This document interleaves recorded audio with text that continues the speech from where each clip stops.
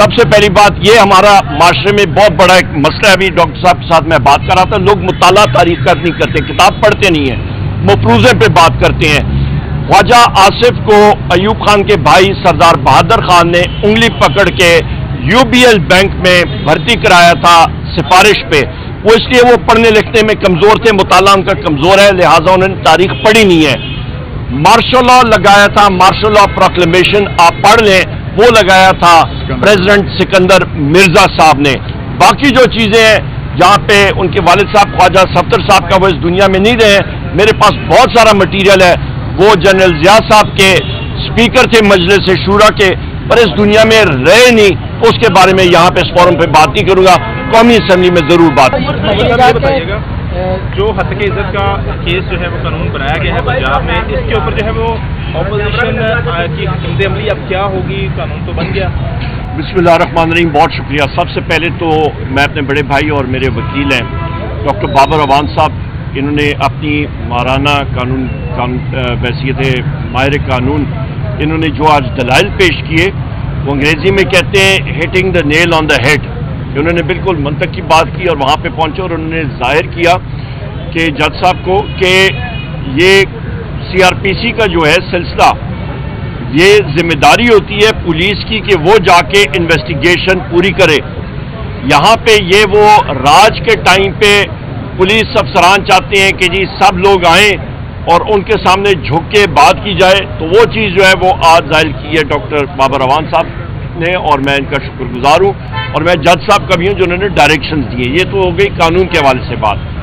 دوسری بات کہ ہر جگہ پہ پہنچنے کی بات, تو میرے پاس اڑن تشتی تو نہیں ہے, اور میں نے قومی اسمبلی کے فلور پہ بھی کہا تھا کہ دنیا کھوج لگا رہی ہے اربوں ڈالر استعمال کر کے کہ وہ خلائی مخلوق کی تخلیق کرے. ہمیں تو PTI والوں کو روزانہ خلائی مخلوق کا ٹاکرا کرنا پڑتا ہے اور وہ ویگو ڈالے میں ہمیں مل جاتے ہیں. تیسری اہم بات یہ جناب کہ جہاں تک آپ نے بات کی ہے کہ اس قانون کے حوالے سے میں سمجھتا ہوں یہ کالا قانون بننے جا رہا ہے. پاکستان کو شمالی کوریا کی طرح, یا پھر جس طرح اسٹالن کا ٹائم تھا USSR میں, سوویت یونین میں, یا پھر آپ کو فرانکو کا اسپین یا ہٹلر کا جرمنی, اس ٹائم کے جو قوانین ہیں وہ یہاں پہ نافذ کیے جا رہے ہیں. لوب لباب کے کوئی شخص, خاتون یا مرد کوئی بات کر نہ سکے, یہ اہم بات ہے. تیسری بات, اور یہ ہم لوگ اس کو اپوز کریں گے, نیشنل اسمبلی میں کریں گے, ہم لوگ صوبائی اسمبلی میں کریں گے, ہم لوگ ہر چوک میں اس کی مزاحمت کریں گے. یہ ہمارا آرٹیکل 7 کے تحت ہمارا فریڈم آف ایکسپریشن یعنی کہ اظہار رائے کی آزادی, یہ ہمیں گارنٹی ہے 73 کے آئین کے تحت, اور اس کا ہم لوگ دفاع کریں گے.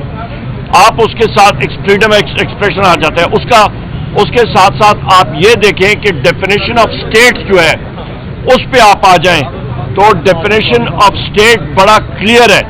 میں نے آپ کو بتایا فریڈم آف ایکسپریشن وہ ایک دوسرا آرٹیکل ہے, آرٹیکل 19 ہے, اور جہاں تک ڈیفینیشن آف اسٹیٹ ہے وہ آرٹیکل 7 ہے کہ ریاست ہوتی کیا ہے. آپ کا جو اسٹیٹ ہے یا ریاست, اس پہ آپ کا قومی اسمبلی ہے, آپ کی صوبائی اسمبلی ہے, آپ کی فیڈرل حکومت ہے, وفاقی حکومت ہے, آپ کی صوبائی حکومتیں ہیں, آپ کی تحصیل میونسپل ایڈمنسٹریشن ہے TMA, وہ ادارے جو کہ ٹیکس یا سیس نافذ کر سکتے ہیں.